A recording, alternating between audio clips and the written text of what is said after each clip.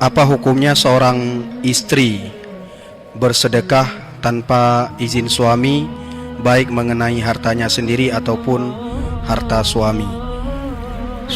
Istri bersedekah tanpa izin suami. Yang perlu kepada izin suami kalau yang dia bersedekah itu harta suami. Kalau harta miliknya sendiri tidak perlu kepada izin suami. Harta miliknya terserah pane, bawaan dari pusaka, dari berungsi, gebile berungsi, nyahan aruh lakukan. Nafkah yang telah dibayar oleh suami kadang-kadang habis, kan kadang-kadang pasti habis. Tulis dalam kitab fikih kalau suami kaya 2 liter satu hari, belum termasuk lauk pauk kan. Habis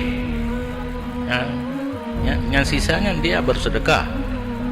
Cuma yang hanaga diterima leu-leu katanya, maaf urinang pura-pura do nahana kamu bicara tapi agam.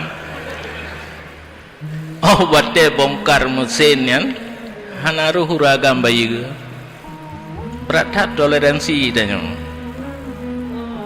sakit bongkar mesin hanaru huragam dari sisa buno seharusnya gitu.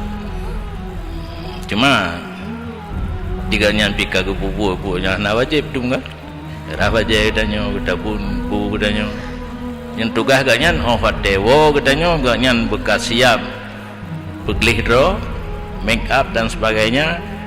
Seh-seh mbak bineh pintu suat baja katanya suat ipatu pot-pot menyohukup man pudik kipahangen menyana cok titu pot. Jadi payah damai-damai, payah pegat MOU tapi hana pe Helsinki atai pengun ya. Kada damai hana ta bicara ali. Yang penting ada buno ya, punya ada roh hana payah lagi izin, ada suami payah lagi izin.